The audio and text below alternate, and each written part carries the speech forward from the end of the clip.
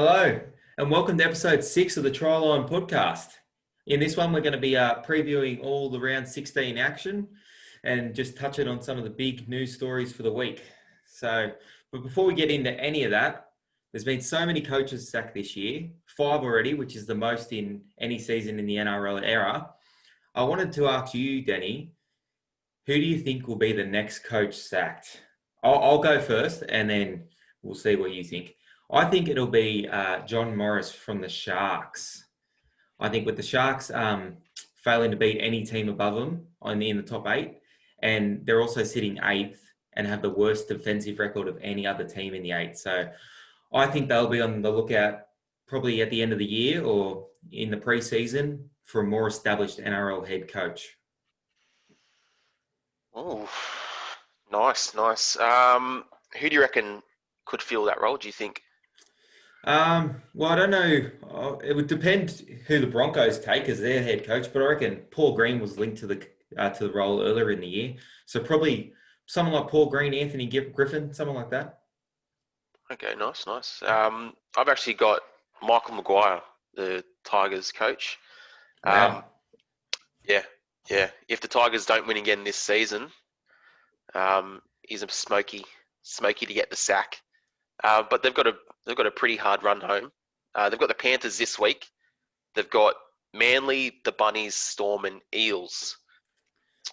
So if he loses all those games, and they start off next season, a bit rocky. I don't know. He could get the sack. Yeah, and that just frees up a lot of job opportunities. So any potential coaches out there, maybe want to get your resumes together. All right, before we get into the games, I just wanted to shout out our Twitter again. We got a lot of followers in the last couple of days, and anytime there's any breaking news, anytime there's anything going on in NRL, we're always posting up there. We're always chatting about it. So go check it out if you're keen on it. It's at Tryline YT. So don't sleep on the Twitter. All right, first game. It's tonight. Eels Rabbitohs. That's at Bankwest Stadium. Niokore suspended for this one, and for the Rabbitohs, Gagai and Johnson are both out, which really hurts because they get their sets off to a roll, especially coming out of their own end. But Liam Knight is back, and the Rabbitohs are shooting for 5 straight wins here. I think they're gonna win. I think the Bunnies will get the job done against Parramatta. Yeah. The Bunnies haven't beaten a team above them on the ladder this season. But I think this is their week. Parramatta are not playing very well at the moment. I just think the Bunnies are going to get the job done. I have the Eels getting it done in a close one, but I could see it going either way. Either team 1-12, I think. But the Eels probably on the back of the king, maybe a little bit too much class tonight. The first game on Friday, Dragons Titans. That's at Jubilee. The Dragons. Corbin Sims and Paul Vaughan are out. Jackson Ford and Billy Britton come into the side. And for the Titans, big Fonawaka is out and he's suspended for 1 round. Tyron Peachy will play lock. Nathan Peets will also miss the game due to a calf issue. Mitch Rain will replace him at 9. Ash Taylor is back in the halves. The Titans haven't won in Sydney in 461 days. And I cannot see that ending this weekend. Nah, me neither. I think the Dragons are going to win, but I think it might be a little bit closer than what people think. Titans still a chance, though. They've been playing well. A lot of good things happening around the Titans at the moment. They've signed a couple of big names. Justin Holbrook just re-signed till the 2024, which makes him the only coach that's on contract for that year so far. And they've got a lot of names coming. Good things happening around the place. So good time to be a Titans fan, I think. The next game Definitely. On Friday was the Roosters and Broncos. That's at the SCG. Big ins this week for the Roosters. Daniel Tupou and Boyd Corden are back. Broncos, well, they've been a basket case all year. Milford's out. They've decided to go with the young bloke, the 21-year-old Sean O'Sullivan over Brodie Croft to start. Sullivan played 5 games for the Broncos last year, but this will be his first game of 2020. Brody Croft will start off the bench. Well, I hope the Broncos can keep the game competitive, at least.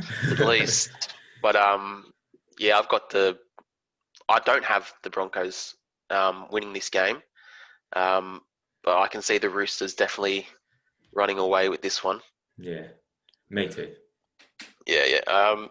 Anyway, with mixed mail, the Gov's pick starts with this game actually. He's got the Roosters 13 plus into the Panthers minus 9.5 and the Raiders 13 plus. That's his picks for the footy. But any racing fans out there, Saturday, race 10, Caulfield, I think it was. Put the house on Rubisaki. Apparently, it's a sure thing. So everyone just make sure you show Mix Mailbag some love on Facebook and MixMail01 on Instagram. So give him a follow. If he's win any money on the horse or the tip, make sure to check out these hats. He's got these thanks punters hats.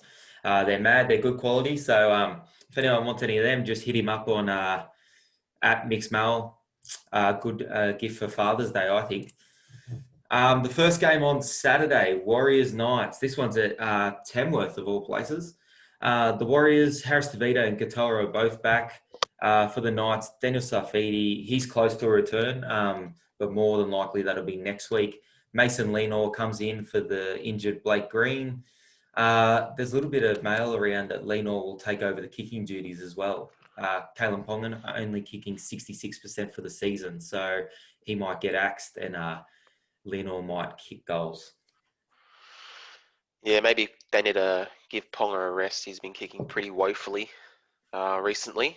But I definitely think the Warriors a chance in this game. Sorry, they've won 3 of their past 4. Sorry, and the Knights have been pretty hot and cold all season. So I can see the Warriors winning this one.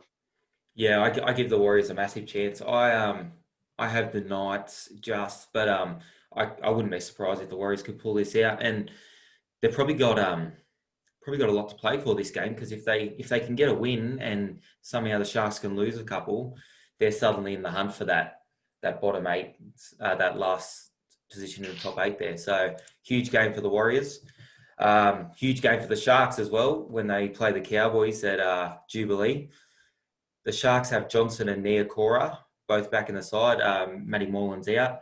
Val Holmes is back for the Cowboys. Jason Tamalolo's out, though. That's a huge out. Likely he won't be back until the last round of the season. Sharks have a good record against the Cowboys, beating them in their last 4 matches, and the Cowboys haven't won at Jubilee in 17 years. So, wow. Yeah, that's a stat for you. 17 years. Jesus. Yeah, well, I've picked the Sharks in this one. I just think the Cowboys, they're a lost cause. Sorry, mate. Yeah, that lost cause. Yeah, I don't know about the Cowboys. I don't know about bringing Val Holmes back either. I hope he's healthy, but I don't see them winning this. I see the Sharks winning, and Sean Johnson probably having a big game down that right edge for them. The last game on Saturday is the Panthers and West Tigers. This is at Panther Stadium. Kikau and Appy are both out for the Panthers, which gives the Tigers a bit of a hope there. Tigers, Harry Grant's back for them, which is a boost. But I just find the West Tigers at the moment completely unbackable. If anyone watched or listened to the last podcast, I went off on the Tigers. They had all to play for last week. And again, they've got it all to play for this week, but I cannot, in good faith, put any money on the Tigers right now. No, me neither. Can't see the Tigers winning against anyone at the moment. Or maybe a couple of the bottom teams. But definitely not against the Panthers, even with Harry Grant. He's a big in, but not big enough. Yeah, I think he'll shore up that middle a little bit, but Panthers will have too much class, I think. Cleary will probably steer him home there. Another game which I think can only go one way is the Storm and Seagulls on the Sunshine Coast. Listen to the ins for the Storm.